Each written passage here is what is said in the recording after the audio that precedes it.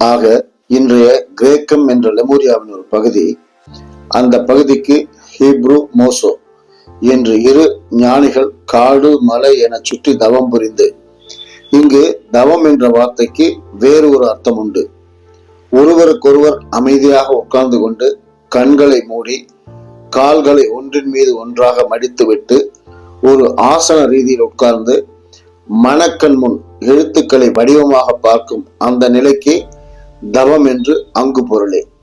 நம் பாரதத்தில் தவம் என்பதற்கும் கிரேக்கத்தின் தவம் என்பதற்கும் முற்றிலுமாக வேறு என்று நாம் தெளிவாக புரிந்து கொள்ளுதல் அவசியம்.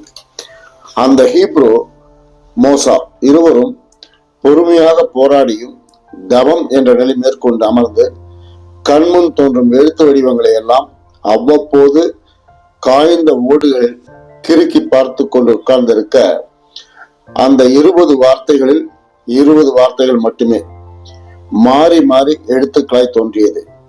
அதை வைத்துக் கொண்டு பேச்சு வடிவம் கொண்டு வர அவர்களால் இயலவில்லை.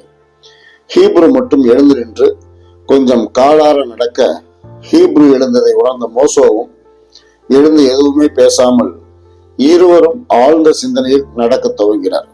திடீரென்று ஒரு சின்ன பச்சை மரம் பற்றி எரிந்தது. எரிந்த பச்சை மரங்களை கண்டு அவர்கள் இருவரும் ஆடிப்போய் நிற்க, குரல் மட்டும் கேட்டது. ஓ ஹீப்ரு, ஓ மோசோ, யாம் உமக்கு எழுத்து வடிவங்களை தருகிறோம் என்று பொறுப்பாளன் அங்கு தோன்றியது மட்டுமே உண்மை.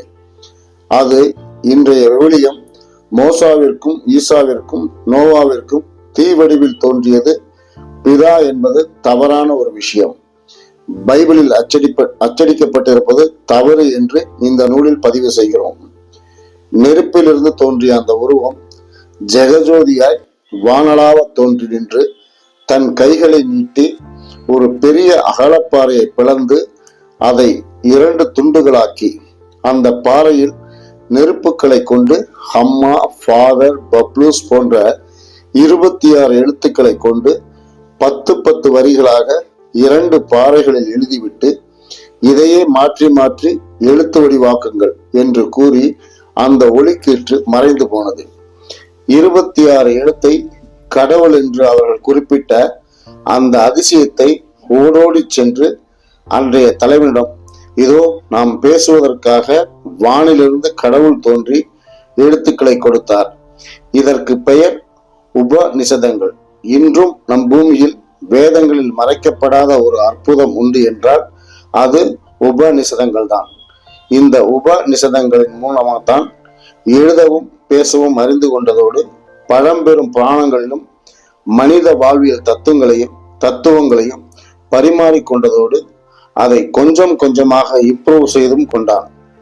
ஆங்கிலமாகவும் தமிழாகவும் இந்தியாகவும் பௌத்தமாகவும் சைனீஸ் மொழியாகவும் ஜப்பானீஸாகவும் மிக முக்கியமான லாட்டின் போன்ற பல மொழிகளை மனிதன் அந்த உபநிஷதங்களை கொண்டே தேர்ந்தெடுத்தான், தன்னை தேற்றியும் கொண்டான் என்பதே உண்மை.